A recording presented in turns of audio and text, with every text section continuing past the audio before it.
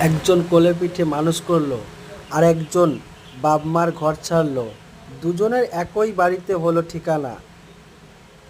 কেউ কাউকে সহ্য করতে পারবে না, এটা ছিল না তো জানা। মায়ের কথা শুনলে সন্তান শ্রেষ্ঠ, আর বউয়ের কথা শুনলে মা পায় কষ্ট। উচিত কথা বললে সংসারের কাজে বাজে 12টা। পুরুষ তাহলে কি অদৃশ্য, দড়িতে বাঁধা ওই গরুটা? খুব একটা মজার কথা, আমেরিকার পুরুষদের একটা করে বউ থাকে আর একটা করে গার্লফ্রেন্ড থাকে। তারা ভালোবাসে তাদের বউকে। ইউরোপেরও একটা করে বউ থাকে আর একটা করে গার্লফ্রেন্ড থাকে, ভালোবাসে তার বউ।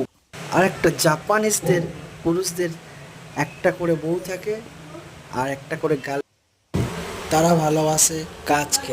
আমাদের ভারতবর্ষের পুরুষদের একটা করে বউ থাকে, 4টে করে গার্লফ্রেন্ড, এবং ভালোবাসে পাশের বাড়ি বউ, যে তাকে চোখেও দেখতে পারে না এবং সহ্যও করতে